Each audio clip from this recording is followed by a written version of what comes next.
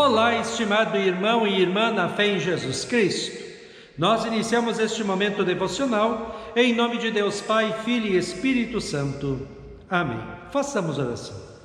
Ó gracioso Deus, te louvamos pela noite que se passou, por esse dia maravilhoso, que é mais um presente que o Senhor nos dá. Abençoa este dia, cuida de nós. Abençoa agora o meditar da Tua Santa Palavra. Aumenta-nos a fé, a esperança e o amor. Isso te pedimos e agradecemos em nome de Jesus Cristo, Teu Filho, nosso Senhor e Salvador. Amém. Que a graça, a paz e o amor daquele que veio, daquele que vem e daquele que virá em glória, Jesus Cristo, nosso Senhor e Salvador, permaneça hoje e para sempre com todos vocês. Amém.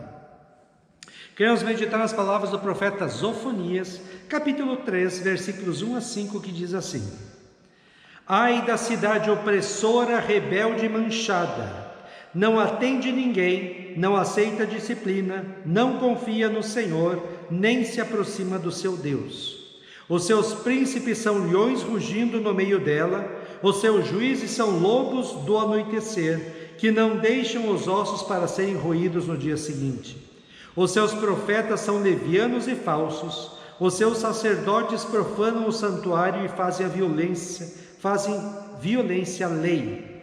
O Senhor é justo no meio da cidade, Ele não comete injustiça. Manhã após manhã, Ele traz o seu juízo à luz, não falha, mas o injusto não sabe o que é a vergonha. Estimado irmão e irmã, a Bíblia nos diz que temos uma natureza corrompida pelo pecado e maldade, que ela chama de velha natureza ou velho homem. Efésios 4, 22 a 24 diz assim: Quanto à maneira antiga de viver, vocês foram instruídos a deixar de lado a velha natureza, que se corrompe segundo desejos enganosos, e se deixar renovar no espírito do entendimento de vocês, e a se revestir da nova natureza, criada segundo Deus em justiça e retidão, procedentes da verdade. É como se dentro de nós existisse um monstro chamado pecado e maus desejos. Se alimentarmos este monstro, ele nos impulsiona a fazer coisas terríveis. E a natureza corrompida pelo pecado e pela maldade continua dentro de nós mesmo quando nós somos cristãos. E ela continua dentro de nós até a nossa morte. A nossa luta contra as tentações e os maus desejos é intensa e contínua, todos os dias. A nossa luta contra os pecados é feita pelo meditar da palavra de Deus, oração, participação da igreja, e não deixando que os maus desejos tomem conta de nossas vidas. Se enchermos a nossa cabeça de coisas boas, nós teremos bons desejos e faremos coisas boas. Se enchermos a nossa cabeça de coisas ruins e pecaminosas, teremos desejos ruins e pecaminosos e faremos coisas ruins e pecaminosas. O povo de Deus na época do profeta Zofonias havia abandonado a Deus, sua palavra, oração e adoração a Deus no templo.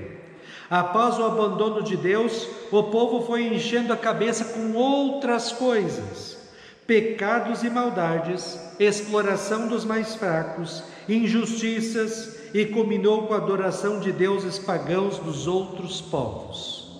O nível de depravação espiritual, moral e religiosa foi tanto que Deus diz que nem príncipes, nem profetas, nem sacerdotes, que Deus havia designado para trabalhar em prol da justiça, faziam as coisas certas segundo a palavra de Deus. Já se cumpria o que centenas de anos depois o apóstolo Paulo falou em Romanos 3. Que se conclui? Temos nós alguma vantagem?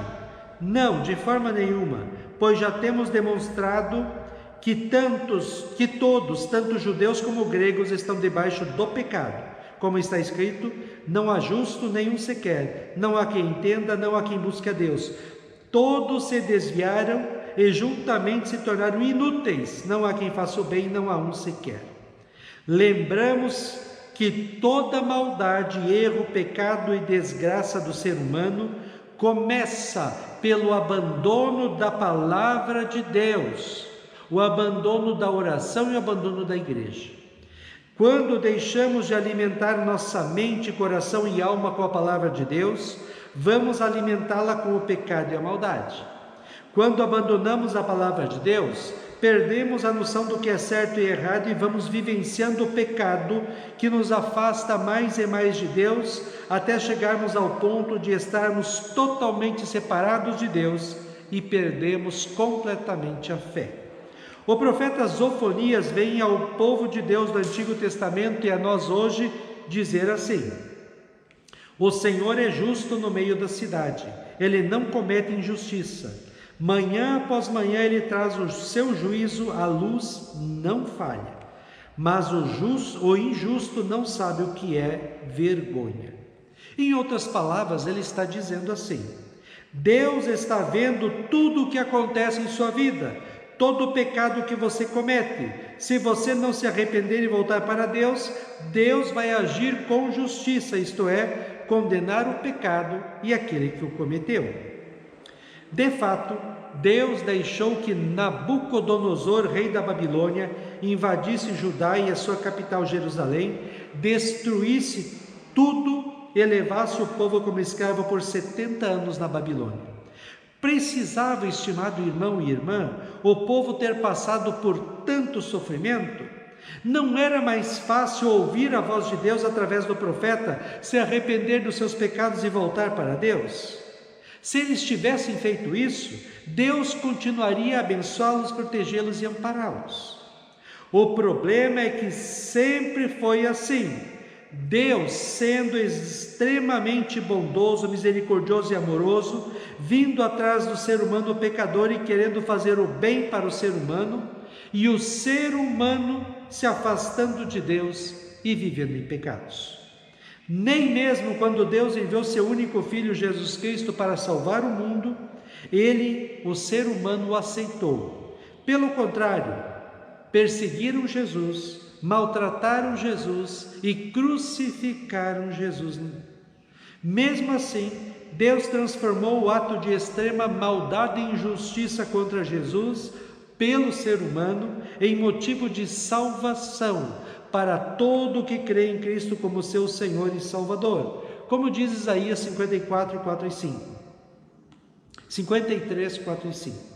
No entanto, era o nosso sofrimento que Ele estava carregando, era a nossa dor que Ele estava suportando.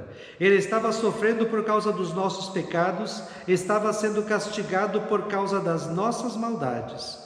Nós somos curados pelo castigo que Ele sofreu, somos sarados pelos ferimentos que Ele recebeu.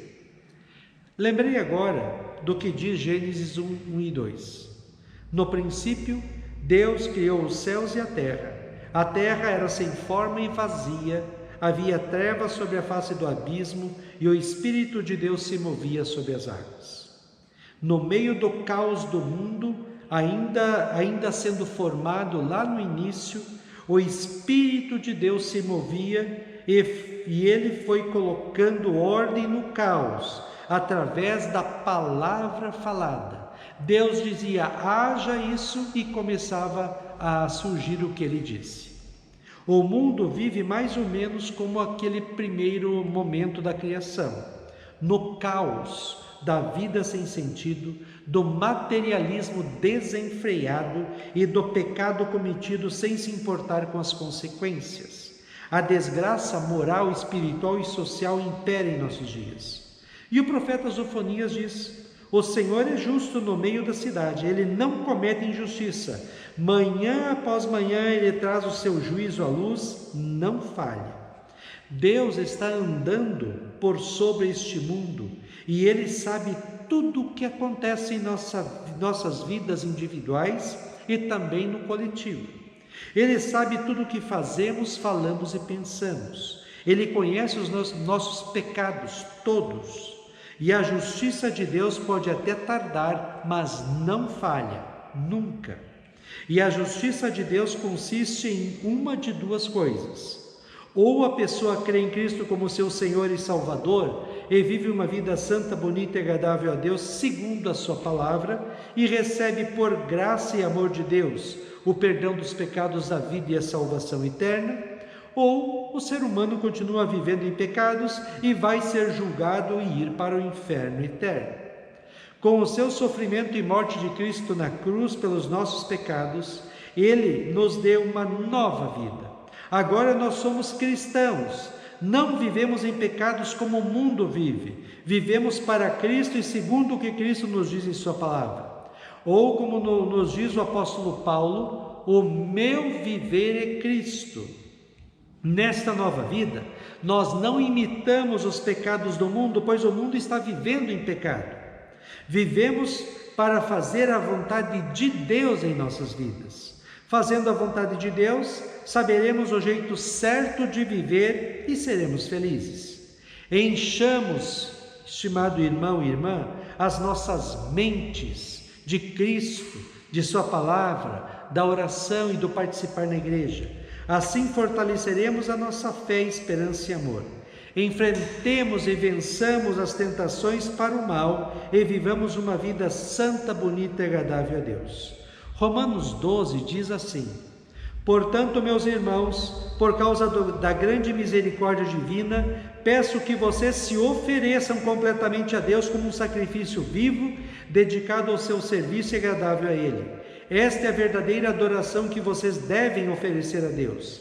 Não vivam como vivem as pessoas deste mundo, mas deixem que Deus os transforme por meio de uma completa mudança da mente de vocês. Assim vocês conhecerão a vontade de Deus, isto é, aquilo que é bom, perfeito e agradável a Ele. Amém. Façamos oração. Ó Senhor nosso Deus, nós te louvamos porque nós recebemos de Ti uma nova vida. Somos cristãos, temos o céu, recebemos pela fé em Cristo o perdão dos pecados, a vida e a salvação eterna. Que possamos nos alegrar com esse Teu amor, que possamos nos alegrar com a Tua presença em nossas vidas e que possamos viver uma vida santa, bonita e agradável a Ti. Ó Deus, fica conosco neste dia, cuida de nós e dá-nos sabedoria. Isso te pedimos e agradecemos em nome de Jesus. Amém. Receba a bênção do Senhor. O Senhor te abençoe e te guarde. O Senhor faça resplandecer o seu rosto sobre ti e tenha misericórdia de ti. O Senhor sobre ti levante o seu rosto e te dê a paz. Amém.